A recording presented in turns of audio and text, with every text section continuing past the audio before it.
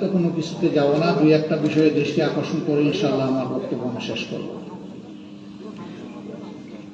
প্রথম কথা হলো, গঠিত ওই কমিশন এই জাতির চিন্তা চেতনা, তাহজিব, তামাদ্দুন এবং বিশেষ করে আল্লাহ তাআলার আইনের বিরুদ্ধে অবস্থান নেওয়ার কারণে তারা প্রত্যাখ্যাত বলে আমরা ঘোষণা করছি। এদের রিপোর্ট বাতিল করার কোনো ব্যাপার নাই, এদেরকেই আগে প্রত্যাখ্যান করতে হবে।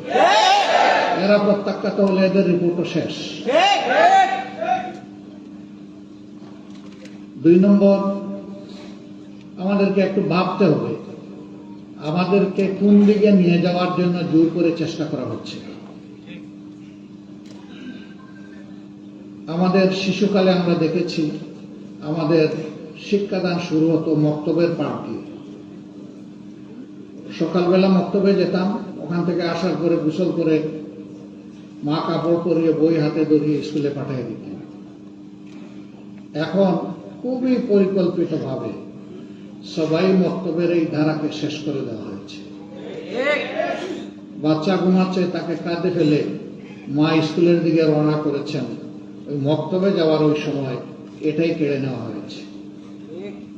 ইকরা বিসমি রাব্বিকাল্লাযী খালাক দিয়ে যে শিক্ষা মুসলমানের বাচ্চা শুরু হওয়ার কথা, সেটা অন্য কিছু দিয়ে স্কুলে গিয়ে শুরু হচ্ছে। এই জায়গাটা শেষ করে দেওয়া হয়েছে। সেই প্রজন্মেরই কিছু লোক হয়তো আজকে তারা গোটা নারী সমাজের প্রতিনিধিত্বের কথা বলে সমাজকে বিভ্রান্ত করছেন। তারা কারা? কোরআনের সংস্কারের দাবি নিয়ে আমাদের সামনে এসেছেন। আমাদের কোনো অধিকার আছে তাদেরকে এই অধিকার দেওয়া? আমরা কে? এই কোরআন আল্লাহ তাআলা নাযিল করেছেন এবং এটার হেফাজতের দায়িত্ব আল্লাহ স্বয়ং নিজে কবুল করেছেন। কিয়ামত পর্যন্ত কেউ এখানে কোনো পরিবর্তন আনতে পারবে না। এরা এত দুঃসাহস কিভাবে দেখালো যে বাংলাদেশে কোরআনের আয়াত এরা পরিবর্তন করে ফেলবে? হ্যাঁ, নিশ্চয়ই তাদের পিছনের কোন শক্তি তাদেরকে উস্কানি দিচ্ছে। কেন এই মুহূর্তে উস্কানিটা কেন? এই সরকারের তো এটা এজেন্ডা হওয়ার কথা না। আরো বহু গুরুত্বপূর্ণ বিষয় রয়ে গেছে, ওগুলা বাদ দিয়ে ওগুলা নিয়ে কোনো কুল কিনারা নাই। হঠাৎ করে এটা সামনে নিয়ে আসা কেন? এর মূল কারণ, স্বাধীন বাংলাদেশে 54 বছরে মানুষ যা আশা করেছিল পেয়েছে তার উল্টাটা। এই সমাজকে বিভিন্নভাবে কুড়ে কুড়ে ধ্বংস করা হয়েছে।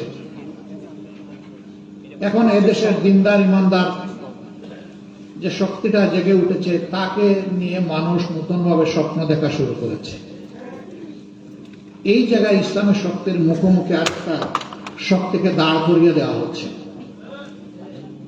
জনগণের দৃষ্টিকে ভিন্ন দিকে প্রবাহিত করার জন্য, নিয়ে যাওয়ার জন্য। অতীতের সকল চক্রান্ত এদেশের মুসলমানরা ঐক্যবদ্ধভাবে প্রতিহত করেছেন। ইনশাআল্লাহ এই চক্রান্ত টিকবে না, এটাও ভেসে যাবে ইনশাআল্লাহ। এরা শুধু আল্লাহ তাআলার কোরআন বিরোধী প্রস্তাবনা নিয়ে আসে নাই, এরা নিজেরা স্ববিরোধীও বটে।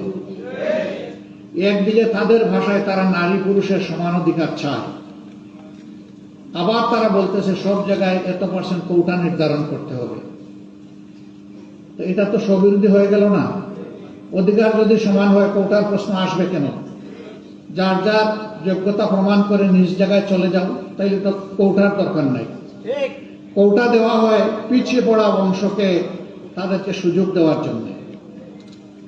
নারীরা এই দেশে পিছিয়ে পড়ে নাই। নারীরা আমাদের মা, আমাদের বোন, আমাদের কন্যা, আমাদের ইজ্জত এবং সম্মানের প্রতীক। এরা তার সব কিছু তছনছ করে দিতে চায়। পরিবারে পরিবারে এরা দাঙ্গা লাগাতে চায়। এখানে প্রস্তাবনায় ম্যারিটাল রেপ বলে একটা কথা এসেছে। রেপ তো রেপই, রেপ তো দুইটা অসৎ পুরুষ আর নারী যখন একত্রিত হয় বিবাহ বহির্ভূত পন্থায়, সেটার নাম রেপ হবে।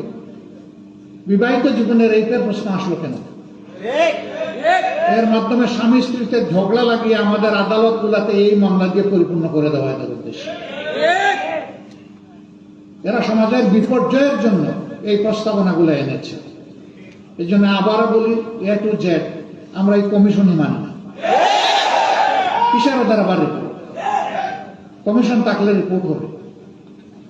যদি এই সংক্রান্ত নারীদের অধিকারের কোনো জায়গায় যদি পূর্ণ হয়ে থাকে, সেটাকে যদি আবার সামনে আনতে হয় তাহলে অবশ্যই এদেশের বেশিরভাগ মানুষের ঈমান, আকীদা, তাহজিব, তামাদ্দুনের উপরে যারা বিশ্বাস রাখেন তাদেরকে বাদ দিয়ে নয়, তাদেরকে প্রাধান্য দিয়েই কমিশন গঠন করতে হবে। এই কমিশনের দুঃখজনকভাবে সেই রকম একজন নারীকেও রাখা হয়নি। এখানেই তো এটা পক্ষপাত দুষ্ট। আমরা এটা মানব না, আমরা সাফ কথা এটা মানব না। এর জন্য কোনো আন্দোলনে আমরা যেতে চাই না, কিন্তু যদি আমাদেরকে বাধ্য করা হয় অবশ্যই আমরা আন্দোলন করব। সম্মানিত ভাইয়েরা, যেহেতু নামাজের সময় হয়ে গেছে, আরো গুরুত্বপূর্ণ ব্যক্তিরা রয়েছেন, তারা কথা বলবেন।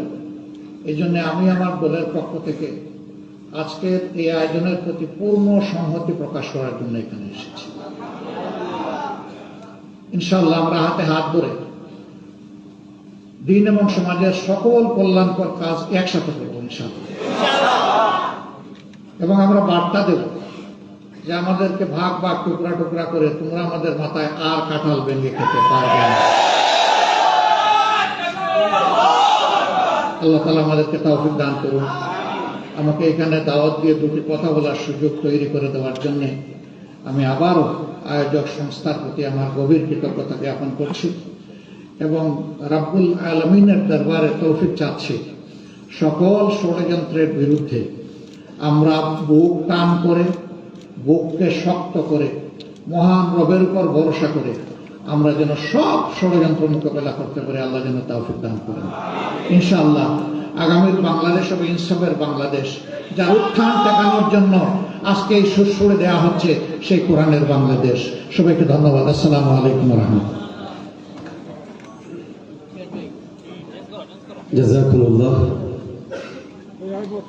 সম্মানিত উপস্থিতি, সেমিনার